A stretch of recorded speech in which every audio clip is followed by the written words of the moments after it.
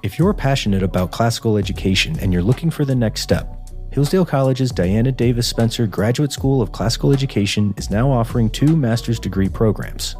These programs provide students with a broad philosophical, historical, literary, and pedagogical perspective on classical education. The Master of Arts in Classical Education is a 2-year, in-person program on Hillsdale's campus in Michigan, while the Master of Classical Education Leadership is a 3-year hybrid program with a 1-week summer class held at Hillsdale College. Whether you're interested in teaching, administration, or another area within the field of classical education, we're prepared to offer you a foundational, time-proven approach to your studies. We want to see your application soon.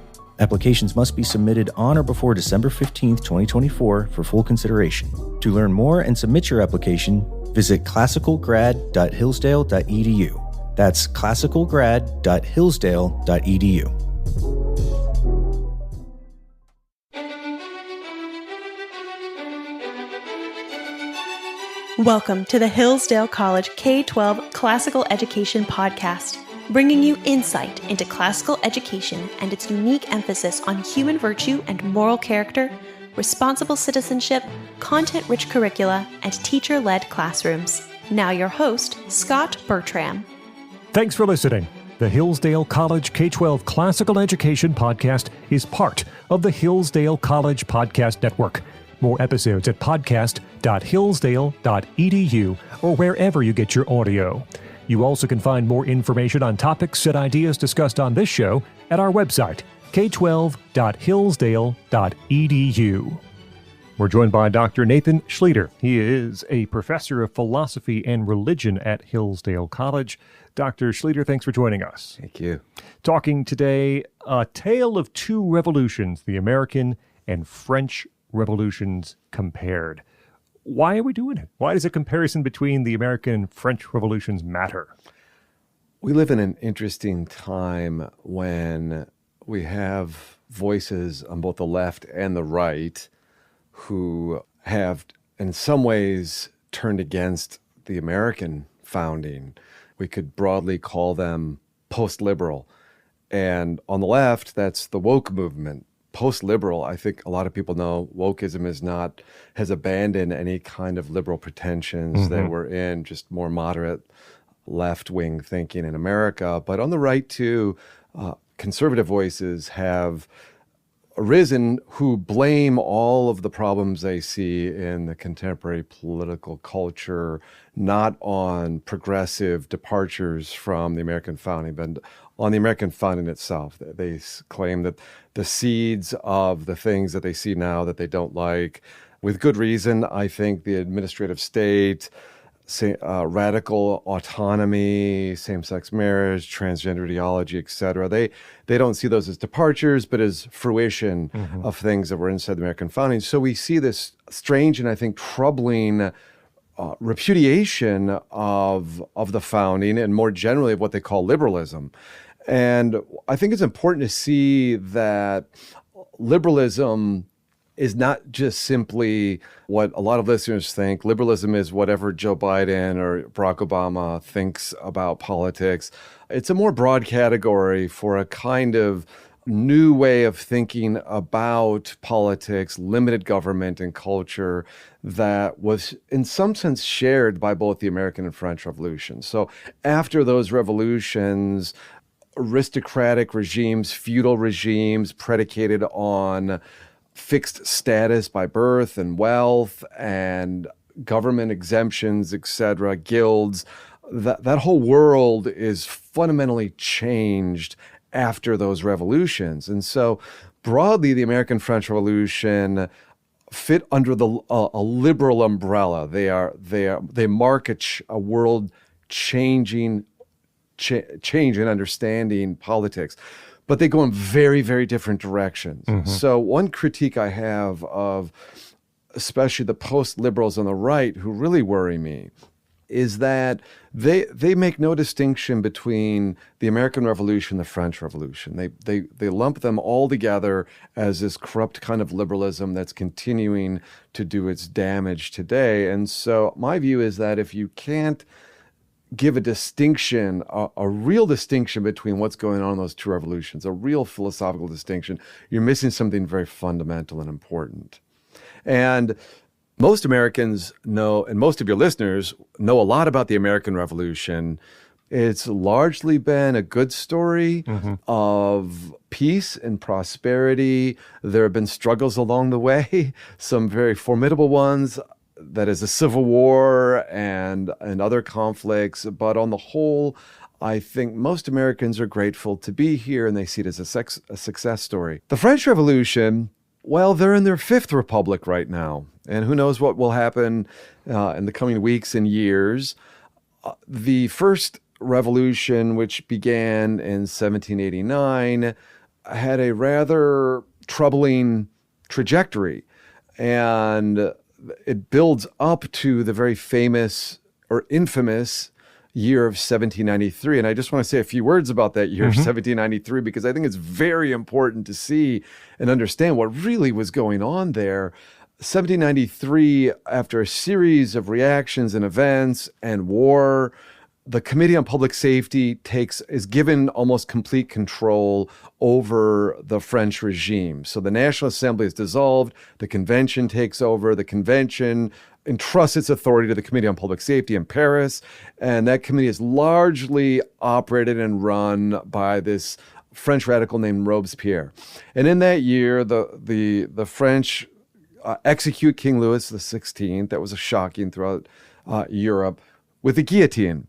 The guillotine, all your listeners know about the guillotine. They may not know it had been invented maybe 2 years earlier by a humanitarian. It was a doctor who wanted to make punishment more humane. And hangings, well, those take a long time and don't always work the way they're expected. And shootings don't always work the way they're expected. Guillotine was fast and quick and easy. And it was thought this could just sort of make capital punishment more humane. And in 1793, the guillotine was put to unpredicted uses, unpredicted for many. And just in that 1 year alone, about 16,000 people were rounded up and summarily executed with no due process, very quick trials without the kinds of fair trials that we have come to value in America. They say that the streets ran with blood under Robespierre. Christianity was outlawed, and the regime actually instituted the reign of reason, a whole new religion of reason.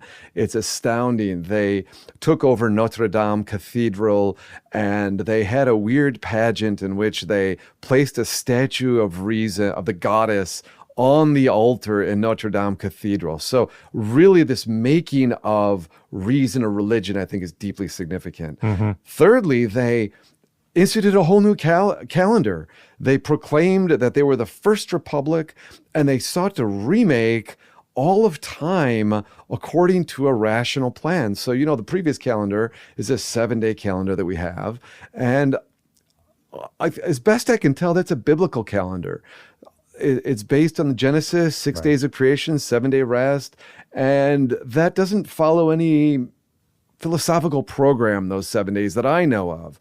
The French abolished that calendar and started day one, month one and day one, and they used a 10-day, like a decimal calendar, a 10-day decimal calendar, and they instituted new secular feast days, and they sought to sort of remake time through that calendar.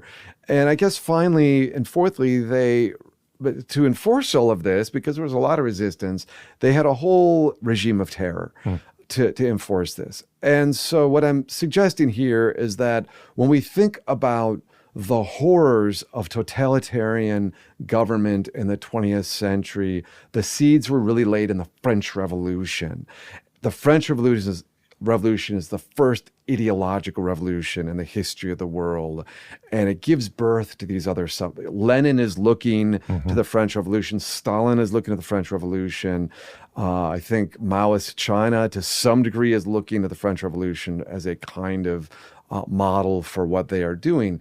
The American Revolution goes very, very differently. And so I think it's very important to see to see liberalism as not a monolithic one ideological commitment that unfolds into the excesses of totalitarian dictatorship, but in fact as at least two and maybe more kind of species underneath that. Classical liberalism of the Anglo-American sort being one that has its own trajectory and finds its voice really in the Allied powers in World War II, right? Those are the stalwart. They're not defending the Alcyon regime, monarchy, aristocracy, privilege. They're defending the best version of classical liberalism in the West at that time against this perverted kind of liberalism expressed in communism, especially communism in that time. So I think it's really important to understand that the different natures of those two liberalism and how they're similar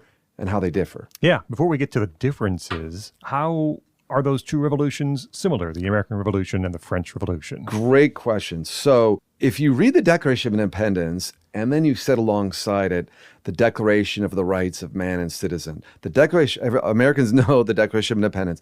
One of the very first things the French revolutionaries did is to write and pass a document called the Declaration of the Rights of Man and Citizen, 1789. And you set the two documents side by side and they actually look really similar. And most Americans who look at the Declaration of Rights are going to nod. There's an acknowledgement of the supreme being. There's a declaration of equality.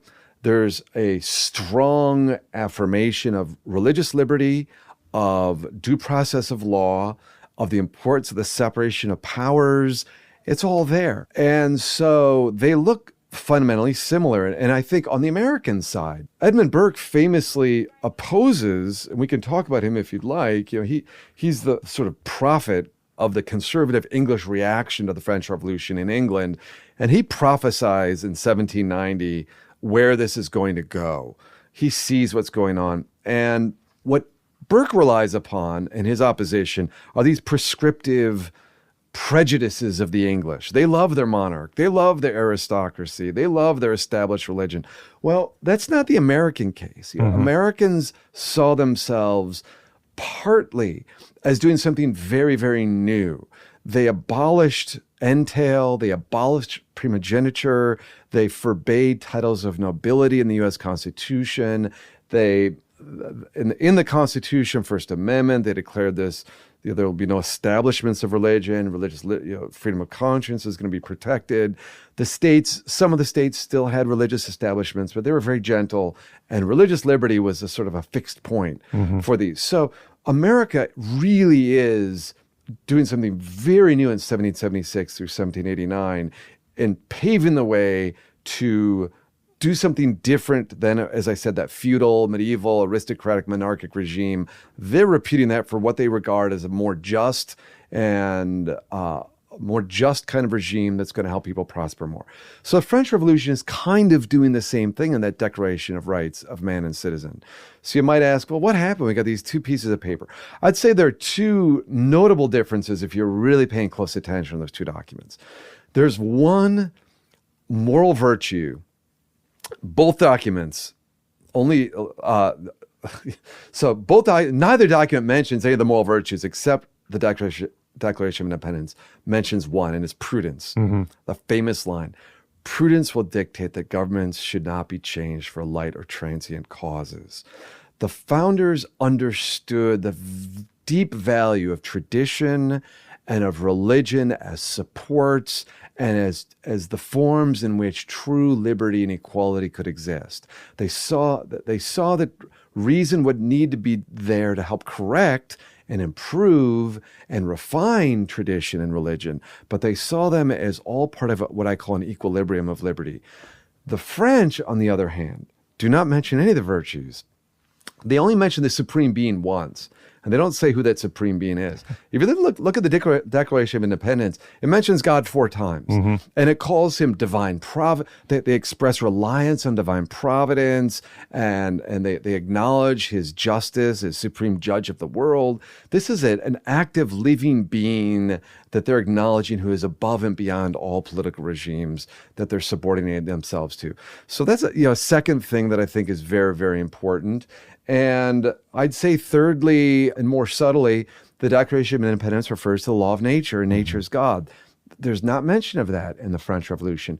And I think that plays out in the next 3 years in really important ways, where the French Revolution sees reason in a very abstract, universal, prescriptive way that is set against tradition and religion instead of in a kind of constitutive and cooperative way. And so what the French Revolution ends up doing is violently attacking religion and tradition as enemies. And that is what kind of leads, I think, to the excesses downstream. If we continue down that line of drawing these delineations between the revolutions, how does the American Revolution and the French Revolution differ? How do they differ? Okay, so as I was saying a moment ago, because the French Revolutionary, well, first of all, I guess we'd have to say, notice that there are some accidental differences of circumstance that are really important to notice. France is about 24 million people in 1789. America's 4 million. The largest city in America in 1789 is Philadelphia. It's got about 30,000 people. France is Paris, obviously, 650,000 people in Paris. France is almost monolithically Catholic, and it has this whole deep feudal system embedded in it. America has virtually no feudal history, and it's not monolithic in its religion, pretty diverse. And so those cultural differences, I think, very much play out.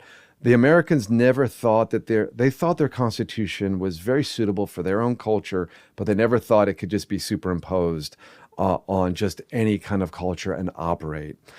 So they were very prudent and careful about the kind of regime they were getting. So the forces of reaction in France are very strong, and I would really want to emphasize this point because it's one of the shocking things you notice in the French Revolution is the absence of statesmen. We should be so grateful for the caution, courage, temperance, and real magnanimity of the American founders, despite their differences, cooperating, leading, they're elevating everything that was going on around them. France did not have really any statesmen. And the I think, most significant variable for the French was the way in which Robespierre and Danton and others energized the sort of illiterate poor masses of Paris especially, and encouraged them in lawlessness and violence to elevate and become engines for their own ambitions and power. So to put it simply, I think what you see in France is sort of where populism can go when it's totally unchecked. A kind of a populism which is just deeply suspicious, paranoid, distrustful of all elites, of all structures of power, of all forms, and the way in which leaders who are shrewd enough can manipulate that to become what becomes the Reign of Terror in 1793. And that does become, I think, an ideological project for the French. So it's not just a temporary engine for Robespierre's ambition. It's deep-seated in the ideas and the speeches that are being given, this ambition to remake the world anew. If you want to see the ideas most precisely, America's nice because the transition was fairly smooth, and we have a great body of writings, of arguments and debates and sermons, the constitutional debates, the documents. France is really a mess. If you want to really see the kind of philosophical coherence in the French Revolution, what you have to look at is Thomas Paine's Essay of the Rights of Man. I think Paine gives voice to the kind of Rousseauian ambitions inside the French Revolution. And Paine really does depart. He supports the American Revolution in very important ways, as I'm sure you know and your readers know, his famous Common Sense pamphlet and these famous phrases. But when the French Revolution starts, he gets all on board. He goes to France, almost loses his life there. But he's all in, whereas the other Americans are a little more suspicious and wary. So I think Paine really kind of gives voice to the ideological impulses inside the French Revolution that are dramatically different from what's going on in America.